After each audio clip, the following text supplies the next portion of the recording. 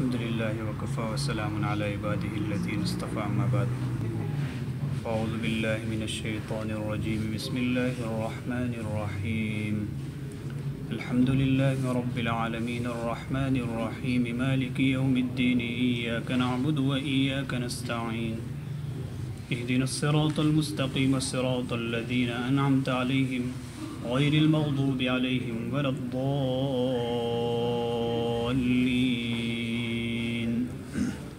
آمین۔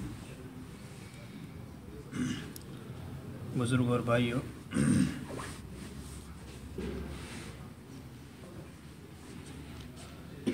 سب سے پہلی بات تو یہ ہے کہ ہم قرآن کریم کے درس میں جب ہم بیٹھے یا کوئی بھی مجلس ہو تو ہم اپنی نیتوں کو درست کر لے، ہم اپنی نیت کو درست کر لے سب سے پہلے، کہ عمل کی نیت سے بیٹھے کہ میری زندگی میں سے گناہ کیسے دور ہو جاوے اور نیکی والی زندگی میں کیسے گزاروں۔ صرف لذت کے لیے کہ بیان تقریر اچھی ہو جاوے، اس کے لیے بیٹھنا دوستو فائدہ نہیں دے گا ہم کو۔ تو عمل کی نیت سے ہم بیٹھے کہ میری زندگی میں دین کیسے آ جائے اور دوسروں تک پہنچانے کی نیت سے ہم سنیں۔ دوسری بات یہ ہے کہ ہم سب یہ نیت لے کے بیٹھے کہ ہم سب قرآن کی اور دین کی تعلیم اپنے بچوں کو دیں گے۔ تو یہ نیت دوستو ہوگی جب ہم بیٹھیں گے تو انشاءاللہ اس درس سے ہمیں فائدہ ہوگا، سننے والوں کو بھی فائدہ، کہنے والوں کو بھی فائدہ ہوگا۔ تو یہ بہت ضروری ہے اس بات کا لحاظ رکھنا۔ یہ بس شروع میں نے ایک دو بات کہہ دی قرآن کریم کی ابتدا سے پہلے، کہ قرآن کریم میں ہم بولتے ہیں کہ وحی، قرآن کریم میں وہی آپ کا اسٹارٹ ہے، کھول دیا آپ نے۔ قرآن کریم میں سب سے پہلے یہ جاننا بہت ضروری ہے کہ ہم بارہا سنتے ہیں، اس کی شروع کی کچھ معلومات بہت ضروری ہیں تاکہ ہم کو سمجھ میں آوے کہ قرآن کریم کی وحی کس طرح نازل ہوتی تھی۔ تو وحی کہتے ہیں اس کا لغوی ترجمہ، یعنی وحی کا ترجمہ کیا ہے؟ اس کا ترجمہ میننگ یہ ہوتا ہے کہ چھپی ہوئی چیز کا جلدی سے کسی کے پاس پہنچنا، اس کو کہتے ہیں وحی، لغوی ترجمہ اس کا یہ ہے۔ لیکن شریعت میں کس کو کہتے ہیں؟ شریعت میں کہتے ہیں کلام اللہ المنزل علی نبی من الانبیاء، کہ اللہ کا کلام جو کسی نبی پر نازل ہو، نبیوں میں سے کسی نبی پر نازل ہو، توریت، انجیل، قرآن مجید، جو نبیوں پر جو بھی نازل ہوا اللہ کا کلام، اس کو شریعت میں کہتے ہیں کہ اس کو وحی کہتے ہیں۔ اب وحی کے کس طرح نازل ہوتی تھی اس کی مفسرین نے کچھ اقسام لکھی ہیں، کچھ قسمیں لکھی ہیں کہ وحی کس طرح نازل ہوتی تھی، تو اس کی 5 قسمیں بیان کی ہے۔ نمبر 1 پر یہ ہے کہ سلسلۃ الجرس، جس طرح گھنٹی کی آواز ہوتی ہے، وحی کا ایک طریقہ کہتا کہ جس طرح گھنٹی کی آواز ہوتی ہے اس طرح وحی نازل ہوتی تھی۔ نمبر 2 پر ہے کہ جبرائیل صلی اللہ علیہ وسلم اپنی اصلی شکل میں آتے تھے۔ 2 مرتبہ اللہ کے رسول صلی اللہ علیہ وسلم نے حضرت جبرائیل صلی اللہ علیہ وسلم کو دیکھا اپنی اصلی شکل میں، تو اصلی شکل میں جبرائیل صلی اللہ علیہ وسلم کا آنا، یہ دوسری قسم ہے۔ تیسری قسم یہ ہے کہ جبرائیل صلی اللہ علیہ وسلم کسی آدمی کی شکل میں آتے تھے۔ اکثر جس صحابی کی شکل میں آتے تھے ان کا نام ہے حضرت دحیہ کلبی رضی اللہ تعالیٰ عنہ، بہت خوبصورت صحابی تھے، تو ان کی شکل میں اکثر جبرائیل صلی اللہ علیہ وسلم تشریف لاتے تھے۔ نمبر 4 پر یہ ہے کہ بغیر واسطے کے اللہ سے خود اللہ کے رسول صلی اللہ علیہ وسلم کا کلام کا سننا، یہ چوتھا وحی کا طریقہ ہے، جیسے کہ معراج میں اللہ کے رسول صلی اللہ علیہ وسلم نے خود سنا۔ نمبر 5 پر یہ ہے القاء فی القلب، اللہ تعالیٰ اللہ کے رسول صلی اللہ علیہ وسلم کے قلب پر القاء فرما دیتے تھے۔ ہاں، تو اس طرح 5 قسموں میں وحی نازل ہوتی تھی۔ وحی کے الگ الگ جو قسمیں، اس میں 5 قسمیں یہ ہے۔ اب وحی کتنی طرح کی ہے؟ وحی کی 2 قسمیں ہیں۔ نمبر 1 پر وحی ہے مطلوع، مطلوع کا معنی کہ وہ جس کی نماز میں تلاوت کی جاتی ہے، میں آسان لفظوں میں بولتا ہوں، جس کی نماز میں تلاوت کی جاتی ہے اس کو کہتے ہیں وحی مطلوع۔ نمبر 2 وحی غیر مطلوع، جس کی نماز میں تلاوت نہ کی جاتی ہو۔ مثال کے طور پر وحی مطلوع قرآن مجید، جس کی نماز میں تلاوت کی جاتی ہے، اور وحی غیر مطلوع جس کی نماز میں تلاوت نہیں کی جاتی، وہ ہے حدیث۔ اب دونوں میں فرق کیا ہے وحی مطلوع اور وحی غیر مطلوع میں؟ کہ وحی مطلوع کہتے ہیں الفاظ بھی اللہ کے ہو، معنی بھی اللہ کے ہو، اور مفہوم بھی اللہ کا ہو، وہ وحی مطلوع ہے۔ اور وہی ہے غیر مطلوب حدیث کہ معنی اور مفہوم تو اللہ کا ہو لیکن زبان اللہ کے رسول صلی اللہ علیہ وسلم کی ہو، یہ ہے وہی غیر مطلوب۔ تو یہ کچھ شروع کی معلومات تھی۔ اب قرآن مجید کی تعریف کیا ہے؟ قرآن مجید ہم نام لیتے ہیں، قرآن مجید کہتے ہیں جس کو زیادہ سے زیادہ پڑھا جائے اس کو قرآن مجید کہتے ہیں، لیکن شریعت میں قرآن کس کو کہتے ہیں؟ کہتے ہیں اللہ تبارک و تعالیٰ کا کلام جو آسمان سے اترا، حضرت محمد صلی اللہ علیہ وسلم پر نازل ہوا، اور جو مصحف میں یعنی کتاب میں لکھا گیا اور ہم تک تواتر کے ساتھ بغیر کسی شبہ اور بغیر کسی شک کے ہم تک پہنچا ہو۔ تواتر ایسا ہو کہ اس میں شک و شبہ کا ذرا بھی شائبہ اس میں نہ ہو، اس کو کہتے ہیں قرآن مجید۔ اب یہ تو شروع کی کچھ معلومات تھی۔ اب سورہ فاتحہ کی جہاں ابتدا ہے، سورہ فاتحہ کی جہاں ابتدا ہے، اس سے پہلے کچھ باتوں کو سمجھنا بہت ضروری ہے۔ نمبر 1 پر یہ ہے کہ قرآن مجید کی ایک قسم تو وضعی یعنی قرآن مجید میں سب سے پہلے صورت میں رکھنے کی ترتیب اور نازل ہونے کی ترتیب، یہ دو ترتیب کا سمجھنا بہت ضروری ہے۔ قرآن مجید کے رکھنے کی ترتیب اور نازل ہونے کی ترتیب، اس میں مفسرین میں بہت سارا اختلاف ہے کہ سب سے پہلے کون سی صورت نازل ہوئی اور سب سے پہلے کون سی صورت رکھی گئی۔ تو ترتیب کے اعتبار سے مفسرین میں بہت اختلاف ہے۔ سب سے پہلے یہ کہا ہے، بعض کی رائے ہے کہ سب سے پہلے مکمل نازل ہونے والی جو صورت ہے وہ سورہ فاتحہ ہے۔ بعض کی رائے ہے کہ سب سے پہلے نازل ہونے والی جو صورت ہے، جو رکھنے کے اعتبار سے جو ترتیب ہے وہ سورہ فاتحہ ہے، اور نازل ہونے کے اعتبار سے جو پوری صورت مکمل نازل ہوئی وہ بھی کیا ہے؟ سورہ فاتحہ ہے۔ اب یہ ہے کہ مکمل صورت نازل ہوئی، اس میں مفسرین نے بعض نے کہا کہ پوری صورت جو نازل ہوئی وہ سورہ فاتحہ ہے، اور رکھنے کی جو ترتیب ہے اس میں پہلی صورت کون سی ہے؟ سورہ فاتحہ۔ دونوں ترتیب اللہ کی طرف سے ہے۔ رکھنے کی ترتیب جو اللہ کے رسول صلی اللہ علیہ وسلم کو بتائی وہ بھی اللہ کی طرف سے ہے، اور نازل ہوئی جو مکمل صورت جو نازل ہوئی وہ بھی کیا ہے؟ مکمل صورت، وہ سورہ فاتحہ ہے۔ لیکن پہلی آیت کون سی نازل ہوئی وہ ہم سب کو پتہ ہے، اقرأ بسم ربک الذی خلق۔ میری بات سمجھ میں آئی؟ مکمل صورت نازل ہونے میں سورہ فاتحہ ہے، لیکن جو پہلی آیت نازل ہوئی وہ کیا ہے؟ اقرأ بسم ربک الذی خلق۔ اور آخری آیت کون سی نازل ہوئی؟ وہ سورہ بقرہ سے پہلے کی رکوع میں ہے، واتقوا یوما ترجعون فیہ الی اللہ، وہ آخری آیت نازل ہوئی تھی۔ تو آخری آیت تیسرے پارے میں ہے اور پہلی آیت جو نازل ہوئی وہ 30ویں پارے میں ہے۔ تو اس طرح کچھ ترتیب ہے شروع کی۔ اب قرآن کریم کی یہ دو ترتیبیں ہوئی، وضعی یعنی رکھنے کے اعتبار سے، اور نزولی یعنی نازل ہونے کے اعتبار سے۔ تو نازل ہونے میں پہلی صورت اقرأ بسم ربک الذی، وہ آیت نازل ہوئی، لیکن مکمل جو صورت نازل ہوئی وہ سورہ فاتحہ ہے۔ ان باتوں کو سمجھنا بہت ضروری ہے۔ اب اس صورت کے فضائل کہ اللہ کے رسول صلی اللہ علیہ وسلم نے سورہ فاتحہ کے کیسے فضائل بیان کیے ہیں۔ بخاری شریف کی روایت ہے حضرت ابو سعید خدری رضی اللہ تعالیٰ عنہ کی کہ آپ صلی اللہ علیہ وسلم نے فرمایا، الا اعلمک اعظم سورۃ فی القرآن قبل ان یخرج من المسجد، کہ حضرت ابو سعید خدری رضی اللہ تعالیٰ عنہ کو اللہ کے رسول صلی اللہ علیہ وسلم نے فرمایا کہ مسجد میں سے نکلنے سے پہلے کیا میں تجھے ایسی صورت نہ بتاؤں جو تمام صورتوں میں سب سے اعظم اور بڑی صورت ہے؟ تو حضرت ابو سعید خدری رضی اللہ تعالیٰ نے فرمایا کہ کیوں نہیں؟ قلت بلا یا رسول اللہ، کیوں نہیں اللہ کے رسول، مجھے ضرور بتا دیجئے۔ تو اللہ کے رسول صلی اللہ علیہ وسلم نے فرمایا کہ فی فاتحۃ الکتاب شفاء من کل داء، شفاء من کل داء۔ اللہ کے رسول صلی اللہ علیہ وسلم نے فرمایا کہ مسجد میں سے نکلنے سے پہلے کیا میں تجھے ایسی صورت نہ بتاؤں جو تمام صورتوں میں سے سب سے اعظم اور بڑی صورت ہے؟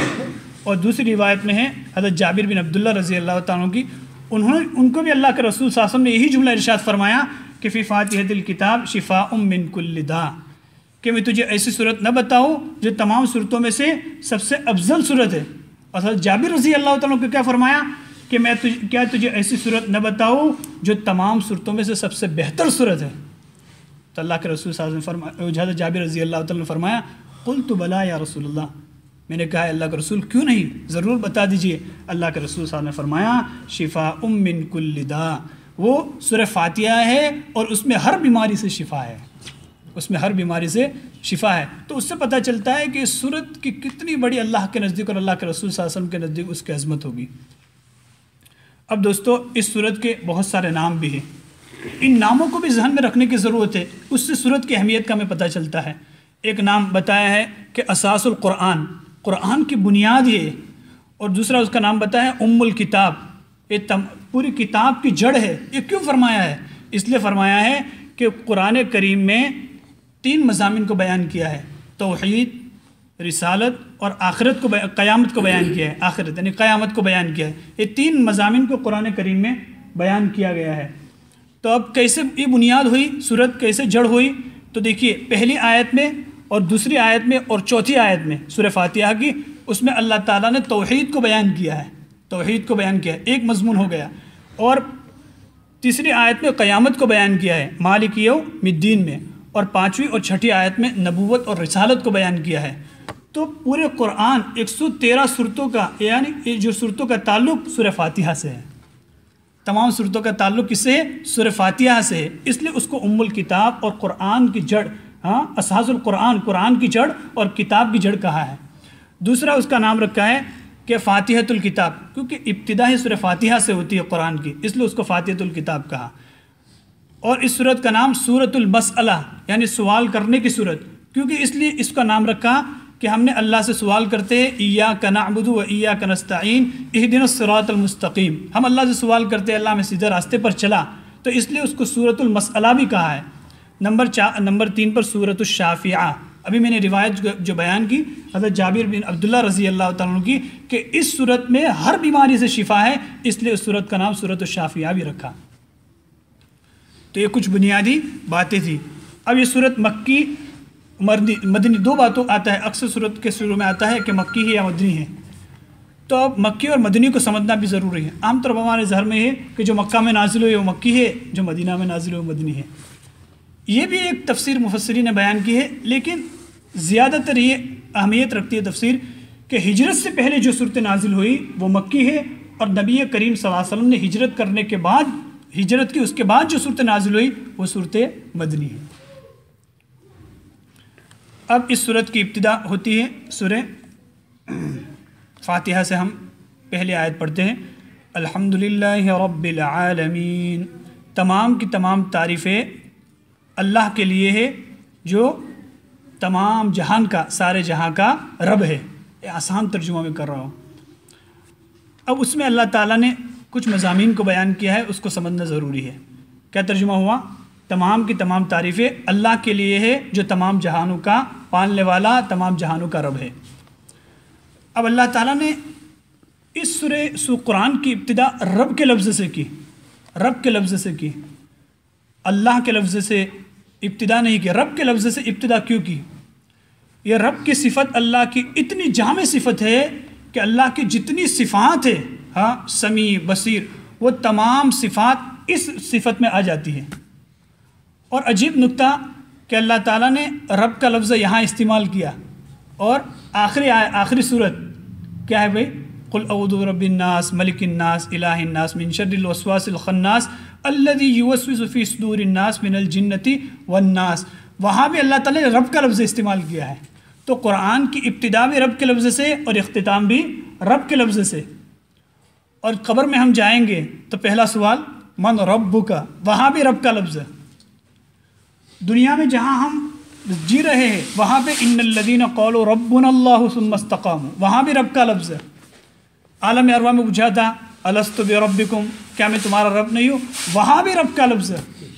تو اللہ تعالیٰ نے رب کے لفظ کی اہمیت کو بتایا ہے کہ رب کی صفت اللہ کی اتنی جامع ہے کہ تمام صفات جو اللہ کی رب کے لفظ میں آ جاتی ہے، اس لیے اللہ تعالیٰ نے قرآن کی ابتدا رب کے لفظ سے کی۔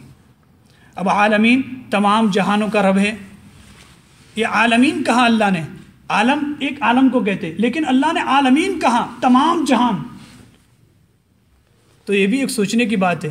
اس لیے بعض مفسرین نے لکھا ہے، جسے مقاتل ابن حبان رحمۃ اللہ علیہ نے لکھا ہے کہ دنیا میں 80,000 وہ ہے اللہ کی مخلوقات، جو جہان ہے وہ 80,000، 40,000 سمندر میں اور 40,000 خشکی پر۔ اور عام طور پر ہم ایک جملہ بولتے ہیں کہ اللہ تعالیٰ نے 18,000 مخلوقات کو بنایا، وہ قول ہے وہب بن منبہ کا قول ہے، لیکن سب سے راجح قول جو مفسرین نے لکھا ہے وہ کعب احبار رحمۃ اللہ علیہ کا صحیح قول جو ہے، وہ کہتے ہیں کہ اللہ کی مخلوقات کا علم اللہ کے علاوہ کسی کو نہیں ہے۔ قرآن کی ایک آیت دلیل ہے وَمَا يَعْلَمُ جُنُودَ رَبِّكَ إِلَّا هُوَ، اللہ کے لشکر کا کسی کو علم نہیں ہے اللہ کے سوا۔ تو یہ سب سے راجح قول ہے، لیکن بتایا ہے کہ تمام جہانوں کا اللہ رب ہے، تو اس جہان کو مفسرین نے اس طرح بیان کیا ہے۔ اب آگے الرحمن الرحیم، اس کا ترجمہ ہم کرتے ہیں کہ جو نہایت رحم والا، جو نہایت رحم والا اور بے حد مہربان اور نہایت رحم والا، ہم اس کا ترجمہ کرتے ہیں۔ یہ دو ترجمے ہم کرتے ہیں، لیکن دوستو ہم غور کرنے کی بہت ضرورت ہے کہ اللہ تعالیٰ نے رحمان اور رحیم دو لفظ لائے، اللہ یہ کیوں لائے؟ اور ہم دو ترجمے بھی کرتے ہیں، بے حد مہربان نہایت رحم والا۔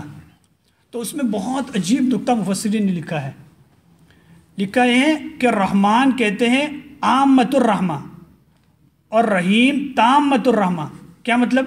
الرحمن جو ہر ایک کے لیے رحمت ہو، ہر ایک کے لیے رحمت ہو، اس کی رحمت سب کو ملے، اس کی رحمت ہر کسی کو ملے۔ اور رحمان کہتے ہیں جس کی رحمت میں کمال ہو، جس کی رحمت مکمل ملے۔ دو ترجمے۔ اب سمجھنے کی بات ہے کہ رحمان فی الدنیا ہے اور رحیم فی الآخرہ ہے۔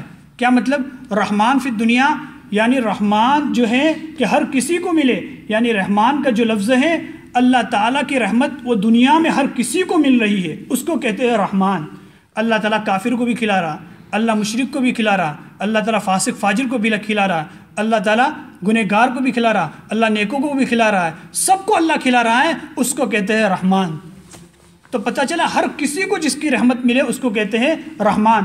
تو رحمان ہوا فی الدنیا، اور رحیم فی الآخرہ، قیامت کے دن اللہ کی رحمت صرف کس کو ملے گی؟ ایمان والے کو اور مومن کو ملے گی، وہاں کافر کو نہیں ملے گی۔ تو رحیم اس کو کہتے ہیں جس کی رحمت مکمل ملے، تو رحمت مکمل ملے گی قیامت کو، اور وہ مسلمان کو ملے گی، کافر کو نہیں ملے گی۔ تو دوستو ایک بات اس سے پتہ چلی کہ ایمان والے کی قیمت اللہ کے نزدیک کتنی بڑی ہے، ایمان والے کی قیمت اللہ کے نزدیک کتنی بڑی ہے۔ تو رحمان فی الدنیا ہوا اور رحیم فی الآخرہ ہوا، یعنی اللہ کی رحمت قیامت میں جس کو ملے، تو قیامت میں مسلمان کو اللہ کی رحمت ملے گی۔ اب ایک مسئلہ اس میں سمجھے کہ کسی بندے کو ہم عبد الرحمن کہتے ہیں، عبد الرحیم کہتے ہیں، تو رحمان صرف کسی کو نہیں کہہ سکتے، رحیم تو کہہ سکتے ہیں، رحمان کسی کو نہیں کہہ سکتے، گناہ ہوتا ہے۔ کیوں؟ کہ رحمان کا معنی ہوتا ہے جس کی رحمت ہر کسی کو ملے، اور رحیم جس کی رحمت قیامت کے دن مکمل ملے۔ اب دیکھیے ایک بندہ اپنی محبت ایک بندے کو تو دے سکتا ہے، ایک بندے کو اپنی پوری محبت دے سکتا ہے، لیکن ایک بندے کو جتنی محبت دیتا ہے ہر کسی کو نہیں دے سکتا، ہر کسی کو نہیں دے سکتا۔ اسی طرح ایک بندے کو تو اپنا سب کچھ دے سکتا ہے، لیکن ہر کسی کو اپنا پورا مال نہیں دے سکتا۔ پتہ چلا کہ رحمان صرف اللہ کی صفت ہے، ہاں صرف اللہ کی صفت ہے، تو رحمان کسی بندے کو ہم بول نہیں سکتے، رحیم تو بول سکتے ہیں، اس لیے عبد الرحمن بولتے ہیں ہم۔ تو یہ رحمان اور رحیم کے لفظ میں فرق ہے۔ اب آگے مالک یوم الدین، مالک یوم الدین، اب اللہ قیامت کے دین کا مالک ہے، اللہ قیامت کے دین کا مالک ہے۔ ہم اس کا ترجمہ ہم تو روز جزا کا مالک ہے ہم ترجمہ کرتے ہیں۔ اب اللہ تعالیٰ نے مالک کہا، اس میں مفسرین نے ایک نکتہ لکھا ہے، وہاں قاضی اللہ تعالیٰ نے نہیں کہا، مالک کا لفظ استعمال کیا۔ کیوں اللہ تعالیٰ نے ایک ایک جملے میں دوستو اللہ تعالیٰ نے ایک ایک بڑے بڑے مضامین کو اللہ نے بیان کیا ہے، مالک کہا، قاضی یوم الدین نہیں کہا، کیونکہ جو قاضی ہوتا ہے ہاں وہ قانون کا پابند ہوتا ہے، قانون کا پابند ہوتا ہے، وہ قانون کے ماتحت چلتا ہے، لیکن جو مالک ہوتا ہے، بادشاہ ہوتا ہے، وہ قانون کا پابند نہیں ہوتا۔ تو اللہ تعالیٰ یہ بتانا چاہتے ہیں میرے بندو قیامت کے دن جب میرے پاس آؤ تو مجھے قاضی سمجھ کے مت آنا، مالک سمجھ کے آنا، میں قانون کا پابند نہیں ہوں، میں قانون کا پابند نہیں ہوں۔ اس کی مثال کو اس طرح سمجھیے کہ ایک بندے کی کسی جگہ کچھ سزا ہو گئی یا کچھ کیس میں پکڑا گیا، ہاں تو وہ قاضی کے پاس جاتا ہے، قاضی کے پاس جاتا ہے۔ جب قاضی کے پاس وہ بندہ جاتا ہے ہاں تو قاضی وہ پابند ہوتا ہے، حکم کا اور قانون کا پابند ہوتا ہے، اور اس کی سفارش میں وکیل کو ڈھونڈتا ہے، وہ جو سزاوار ہوتا ہے وہ وکیل کو ڈھونڈتا ہے۔ تو قاضی کیا ہوتا ہے؟ قانون کا پابند ہوتا ہے کہ بھئی میں تو قانون کا پابند ہوں، ہاں میں کیا کروں، میں کچھ نہیں کر سکتا۔ تو وہ جو آدمی جس پر سزا لائق ہوئی ہے وہ وکیل کو ڈھونڈتا ہے۔ لیکن وہی بندہ مالک کے پاس جائے گا، بادشاہ کے پاس جائے گا، تو بادشاہ کے پاس کوئی سفارش کرے گا، وہ قانون کا پابند نہیں ہوگا۔ تو اللہ تعالیٰ قاضی نہیں ہے بلکہ مالک ہے۔ اللہ کہہ رہا ہے قیامت کے دن میرے پاس تو مجھے قاضی سمجھ کے مت آنا، مالک سمجھ کے آنا، ماضی سمجھ کے آنا، میں قانون کا پابند نہیں ہوں۔ اس لیے بندہ بادشاہ کے پاس سفارش ہی ڈھونڈتا ہے۔ اب قیامت کے دن کیا سفارش ہوگا؟ حدیث مبارکہ میں بیان فرمایا کہ قیامت کے دن 3 سفارش ہوں گے۔ یشفع یوم القیامت ثلاثۃ الانبیاء العلماء الشہداء۔ کون کون سفارشیں ہوں گے؟ نبی سفارش ہوں گے، اور علماء سفارش ہوں گے، اور شہداء سفارش بنیں گے قیامت کے دن۔ 3 سفارش ہوں گے۔ ایک حافظ کتنے کو جنت میں لے جائے گا؟ 10 آدمی کو جنت میں لے جائے گا۔ ایک شہید 70 آدمی کو جنت میں لے جائے گا۔ ایک عالم جتنے اس کے معتقدین ہوں گے، اس کو ماننے والے ہوں گے، ان تمام کو جنت میں لے جائے گا۔ تو قیامت کے دن سفارش کام آئے گی، اور نبی سفارش کریں گے، شہید سفارش کریں گے، اور عالم سفارش کریں گے، اور یہ سفارشی مدارس میں اور مکاتب میں پیدا ہوتے ہیں، مدارس میں اور مکاتب میں پیدا ہوتے ہیں۔ اب اللہ تعالیٰ نے مالک کا لفظ استعمال کیا کہ میں کیسا سفارش، اور مجھے قاضی سمجھ کے مت آنا بلکہ مالک سمجھ کے قیامت میں میرے پاس آنا۔ اللہ تعالیٰ مالک کا لفظ استعمال کیا، کتنا رحم اور کتنا کرم اللہ کا ہوگا۔ حدیث مبارکہ میں اللہ کے رسول صلی اللہ علیہ وسلم بیان فرمایا کہ قیامت کے دن ایک بندے کو اللہ تعالیٰ بلائیں گے۔ جب اللہ نے کہا نا مجھے مالک سمجھ کے آنا، اب اللہ کی ملکیت اور اللہ کی بادشاہیت سنیں۔ اللہ تعالیٰ نے فرمایا ایک بندے کو کہے گا تو نے یہ گناہ کیا تھا، وہ بندہ کہے گا یقیناً میں نے یہ گناہ کیا تھا، اللہ میں نے یہ گناہ کیا۔ اللہ پوچھیں گے تو نے یہ گناہ کیا؟ کہیں گا اللہ میں نے یہ گناہ کیا۔ سارے گناہ اللہ گنوائیں گے، سارے گناہ اللہ گنوائیں گے۔ اللہ فرمائیں گے میرے بندے میں نے تیرے سارے گناہوں کو معاف فرما دیا، سارے گناہوں کو میں نے معاف فرما دیا۔ وہ بندہ خوش ہو کے کہے گا اے اللہ تو نے یہ گناہ نہیں گنوایا، میں نے یہ بھی کیا تھا، میں نے یہ بھی کیا تھا، اب پہلے ڈر رہا تھا، ہاں لیکن اللہ تعالیٰ نے کہا کہ مجھے مالک سمجھ کے آنا، قاضی سمجھ کے مت آنا۔ تو بندہ کہہ رہا ہے اللہ میں نے یہ بھی کیا تھا، تو نے یہ نہیں کہا۔ اللہ کہیں گے میں نے تیرے سارے گناہوں کو معاف فرما دیا۔ یہ مالک ہے، قاضی نہیں ہے۔ ایک دوسرے حدیث میں کہ اہل جنت کے پاس سے گزریں گے، تو ایک اہل جہنمی کہے گا کہ تو نے مجھے پہچانا، تو نے مجھے پہچانا؟ تو وہ کہے گا کہ میں وہ آدمی ہوں جس کو میں نے تجھ کو پانی پلایا تھا، میں نے تجھ کو پانی دیا تھا۔ پھر وہ کہے گا تو نے مجھے نہیں پہچانا، میں وہ آدمی ہوں جس کو میں نے وضو کے لیے تجھے پانی دیا تھا۔ ہاں جب یہ کہے گا اچھا تو وہ آدمی ہے کہ وضو کے لیے تو نے مجھے پانی دیا تھا، ہاں تو وہ اللہ سے سفارش کرے گا، اور وہ آدمی اس کو جہنم سے نکال کے جنت میں لے جائے گا۔ تو قیامت کے دن سفارش ہی کام آئیں گے، اور اللہ تعالیٰ کہتا ہے کہ مجھے مالک سمجھ کے آنا، قاضی سمجھ کے مت آنا۔ تو اس لیے اللہ نے کہا کہ میں روز جزا کا مالک ہوں، قیامت کے دن کا مالک ہوں۔ تو آگے فرمایا ایاک نعبد و ایاک نستعین، ہم تیری ہی عبادت کرتے ہیں اور تجھ ہی سے مدد مانگتے ہیں، تجھ ہی سے مدد چاہتے ہیں۔ اب اس میں کیا ہے کہ ہم اللہ کو کہہ رہے ہیں اللہ ہم تیری ہی عبادت کرتے ہیں اور تجھ ہی سے مدد مانگتے ہیں۔ تو اس میں ایک مومن اور مشرک میں فرق کو بیان کیا ہے۔ کیا مومن کیا کہتا ہے؟ اے اللہ ہم تیری ہی عبادت کرتے ہیں، اور مشرک کیا کہتے ہیں؟ اے اللہ ہم تیری بھی عبادت کرتے ہیں۔ بھی اور ہی کا فرق ہے، بھی اور تیری بھی عبادت کرتے ہیں، اور مومن کہتا ہے تیری ہی عبادت کرتے ہیں۔ ہی اور بھی کا فرق ہے مشرک اور مومن میں۔ اب دوستو مفسرین نے ایک ایسا نقطہ بیان کیا ہے جو ہمارے دل کو ہلا دینے والا ہے۔ اللہ تعالیٰ نے ایک جگہ قرآن میں مشرک اور زانی زنا کرنے والے کے مجاز کو بیان کیا ہے۔ اللہ فرماتے وَالزَّانِيَةُ لَا يَنْكِحُهَا إِلَّا زَانٍ أَوْ مُشْرِكٌ، کہ زانیہ نکاح نہیں کر سکتی مگر زانی مرد اور مشرک سے، مگر زانی مرد اور مشرک سے۔ زانی کو اور مشرک کو ایک جگہ بیان کیا ہے اللہ تعالیٰ نے. کیوں؟ کہ جس طرح مشرک ایک خدا پر بھروسہ نہیں رکھتا اور قناعت نہیں کرتا ایک خدا پر، ہاں، اسی طرح زانیہ عورت ایک شوہر پر قناعت، ایک مرد پر قناعت نہیں کرتی، ایک شوہر پر قناعت نہیں کرتی. مشرک خدا پر بھروسہ نہیں رکھتا، زانی مرد اپنی بیوی پر بھروسہ نہیں رکھتا، زانی مرد اپنی بیوی پر بھروسہ نہیں رکھتا. اب دیکھیے موحد کیا کہتا ہے، یعنی اللہ کو ماننے والا اللہ ہی، اور مشرک کیا کہتا ہے، اللہ بھی اور ہی کا فرق ہے.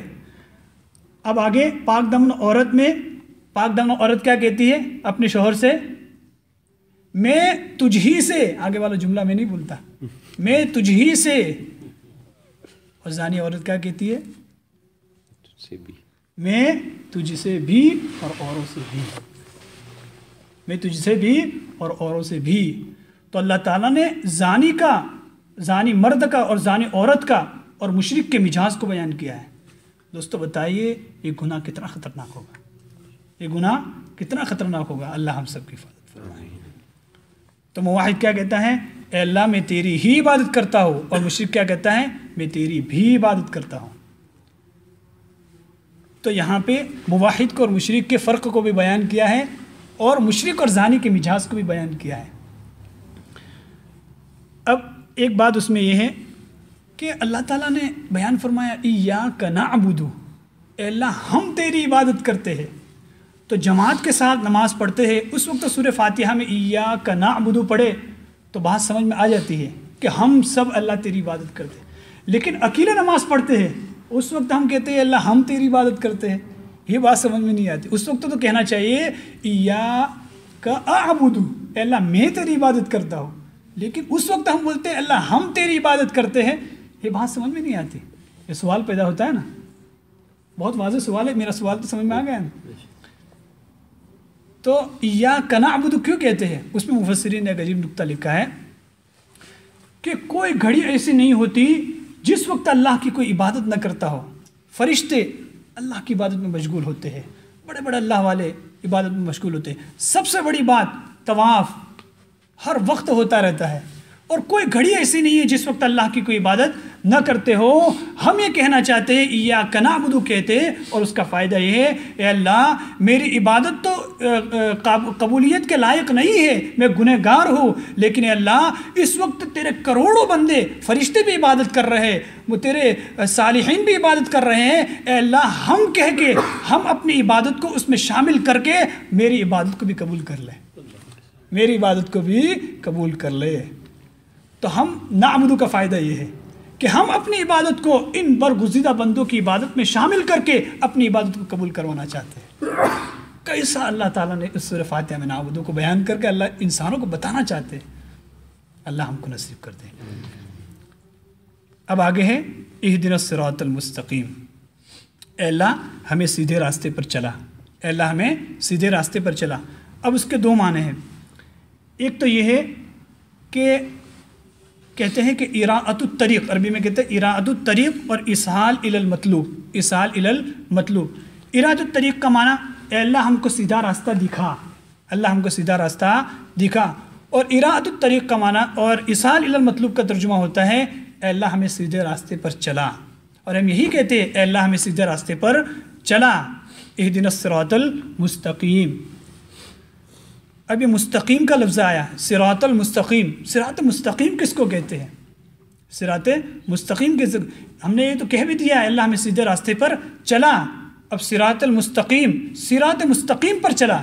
صراط مستقیم کس کو کہتے ہیں، اس بات کو سمجھنا ہے. صراط مستقیم کہتے ہیں راہ اعتدال کو، یعنی نہ وہ دین میں زیادتی کرتا ہے نہ دین میں کمی کرتا ہے، نہ دین میں کمی کرتا ہے، نہ نئی نئی باتیں دین میں لاتا ہے. اہل بدعت نہیں بنتا، اہل بدعت نہیں بنتا.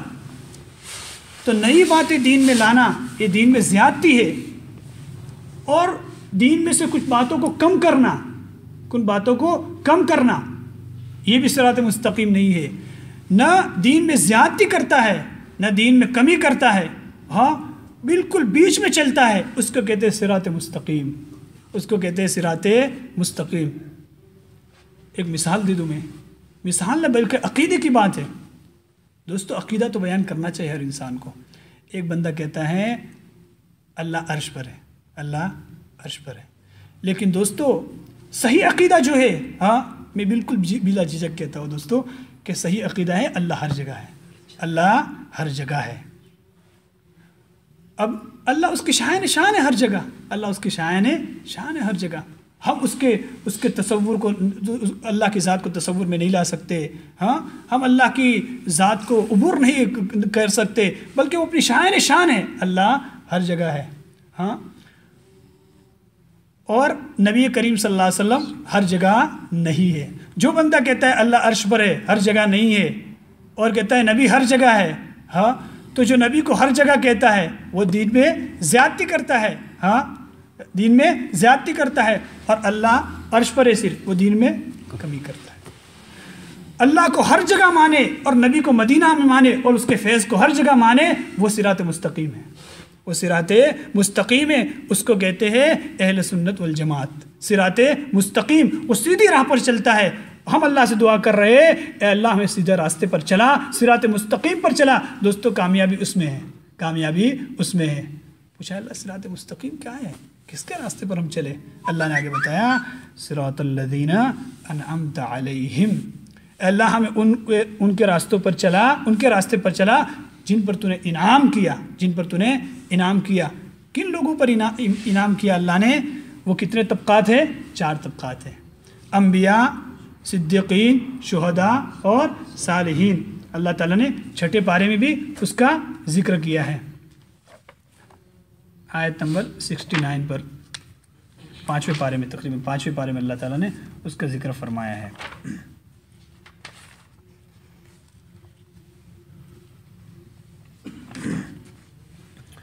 وَمَن يُطِعِ اللَّهَ وَالرَّسُولَ فَأُولَٰئِكَ مَعَ الَّذِينَ أَنْعَمَ اللَّهُ عَلَيْهِمْ مِنَ النَّبِيِّينَ وَالصِّدِّيقِينَ وَالشُّهَدَاءِ وَالصَّالِحِينَ۔ جو کوئی حکم مانے اللہ کا اور اس کے رسول کا، سو وہ ان کے ساتھ ہے جن پر اللہ نے انعام کیا۔ کن پر کیا؟ کہ وہ نبی اور صدیق اور شہید اور نیک بخت لوگ ہیں، صالحین ہیں۔ یہ 4 طبقات ہیں کہ جو بندہ صراط مستقیم چلے تو وہ انبیاء کا راستہ، وہ کس کا راستہ؟ شہداء کا، وہ صدیقین اور صالحین، ان پر انعام کیا ہے۔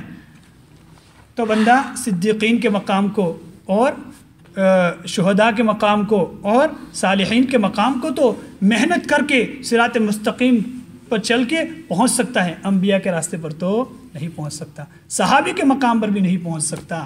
تو اللہ تعالیٰ نے ہمیں راستہ بھی بتا دیا کہ وہ کون سا راستہ ہے بھائی، ہاں وہ 4 طبقات ہیں، انبیاء، شہداء، صالحین اور صدیقین۔ یہ 4 راستے اللہ نے بیان کیے جن پر اللہ نے انعام کیا ہے، جن پر اللہ نے انعام کیا ہے۔ تو جو بندہ صراط مستقیم ڈھونڈنا چاہے ان چار طبقات پر بندہ چل جائے، صراط مستقیم پر پہنچ جائے گا۔ یہ بندے کہاں تک پہنچیں گے؟ جنت کی راہ پر پہنچیں گے، تو ہم ان کے پیچھے چلیں گے، اللہ تعالیٰ ہمیں جنت تک پہنچا دے گا، اللہ تعالیٰ ہمیں جنت تک پہنچا دے گا۔ بندہ ادھر ادھر ہوا، ہاں صراط مستقیم سے، دین میں کمی کی، دین میں زیادتی کی، ہاں، اور یہ بندے 4 وہ ہیں جن پر اللہ نے انعام کیا اور وہ صراط مستقیم پر چلے تھے، صراط مستقیم پر چلے تھے، اور صراط مستقیم کی راہ ہے سیدھے جنت کی راہ ہے۔ تو بندہ دین میں زیادتی کرے گا، دین میں کمی کرے گا، وہ ان لوگوں کا راستہ نہیں ہے، بندہ جنت تک نہیں پہنچ سکتا، بندہ جنت تک نہیں پہنچ سکتا۔ ان 4 طبقات کو اللہ نے قرآن میں بیان کیا ہے، صدیقین، انبیاء، شہداء اور صالحین۔ اب آگے اللہ فرماتے ہیں کہ نہ کہ ان لوگوں کے راستے پر جن پر تیرا غصہ ہوا، تیرا غضب ہوا اور وہ گمراہ ہوئے، غیر المغضوب علیہم ولا الضالین۔ یہ کون لوگ ہیں؟ مغضوب کہتے ہیں اس سے مراد یہودی ہے، اور ضالین سے مراد کون ہے بھائی؟ نصارہ ہے، کیا ہے؟ نصارہ ہے۔ اب اللہ تعالیٰ نے مغضوب کہہ کے یہودی کو بیان کیا اور ضالین کہہ کے کس کو بیان کیا اللہ نے؟ نصارہ کو بیان کیا اللہ نے۔ تو اب یہودی کون تھے؟ جو علم تھا، علم ان کے پاس بہت تھا یہودی کے پاس، لیکن کس وجہ سے گمراہ ہوئے؟ ہاں، ضد کی وجہ سے۔ کس کی وجہ سے؟ نہ ماننے کی وجہ سے۔ نہ ماننے کی وجہ سے تو مغضوب اس شخص کو کہتے ہیں، اسے کہتے ہیں جس کے پاس علم تو ہو لیکن ضد کی وجہ سے نہ مانے، اور ضالین نصارہ کو کہتے ہیں جو بیچارے جہالت کی وجہ سے نہیں مانے، جن کے پاس علم ہی نہیں تھا، جہالت کی وجہ سے نہیں مانے۔ تو دوستو علم ہو لیکن علم پر عمل بھی ہو، پتہ اس سے یہ چلا کہ دوستو علم کا حاصل کرنا بہت ضروری ہے، اور علم پر عمل بھی بہت ضروری ہے۔ علم نہ ہونے کی وجہ سے، جہالت کی وجہ سے شیطان بہت جلدی گمراہ دوستو کرے گا، اور علم ہو اور دوستو عمل نہ ہو تو وہ بندہ بھی خسارے میں ہے۔ تو ہم نے کیا مانگا بھائی اس میں کہ صراط مستقیم پر چلا، کہ اللہ صراط الذین انعمت علیہم، ان لوگوں کے راستے پر چلا جن پر تو نے انعام کیا ہے۔ تو انعام کا بھی پتہ چل گیا کہ وہ کون سے راستے ہیں بھائی، وہ صدیقین، انبیاء، شہداء اور صالحین کے راستے ہیں۔ اور آگے فرمایا غیر المغضوب علیہم، اے اللہ ہمیں ان کے راستے پر نہ چلا جن پر تیرا غصہ اور غضب نازل ہوا تھا۔ تو وہ کون ہے؟ یہودی اور نصارہ ہے۔ تو اس پوری صورت کا خلاصہ ہمیں کیا معلوم ہوا دوستو؟ 3 باتیں معلوم ہوئی۔ نمبر 1 پر توحید اللہ نے بیان کی ہے، کہ ہم اپنے عقیدے کو بہت پختہ کریں توحید کو۔ نمبر 2 پر قیامت کے دن اللہ کے سامنے ہمیں کھڑا ہونا ہے اور اللہ کے سامنے پوری زندگی کا حساب دینا ہے۔ یہ بندہ نہ سمجھے کہ اللہ تو مالک ہے، معاف کر دے گا، تو اس سے بندہ عمل سے دور ہو جائے، بلکہ عمل کی تیاری کرے، اور عمل کی تیاری کا راستہ اللہ نے بتا دیا کہ وہ کون سے راستے ہیں۔ ان راستوں سے بندہ ان راستے پر چل کے اللہ تک پہنچے گا، اور اس کا عقیدہ بھی پختہ ہوگا، اور قیامت کے دن وہ خوش و خرم اور اللہ کے سامنے خوش روح اور خوشی کے ساتھ اللہ کے سامنے کھڑا ہوگا۔ اگر وہ بندہ ان راستے سے ہٹ کر کسی اور راستہ بندہ نے اختیار کیا تو قیامت کے دن اس کو بہت بڑی ناکامی ہوگی۔ تو زندگی میں دوستو علم بھی حاصل کرنا چاہیے، اور علم پر عمل بھی کرنا چاہیے، اور اپنے آخرت کی تیاری بھی کرنی چاہیے۔ تو ہمیں توحید کا سبق بھی دیتا ہے سورہ فاتحہ، اور اللہ کے رسول صلی اللہ علیہ وسلم کی رسالت کا بھی سبق دیتا ہے، اور قیامت کے دین کی تیاری کا بھی سبق دیتا ہے۔ اللہ تعالی ہمیں ان 3 مضامین پر عمل کی توفیق عطا فرمائے۔ وآخر دعوانا ان الحمد للہ رب العالمین۔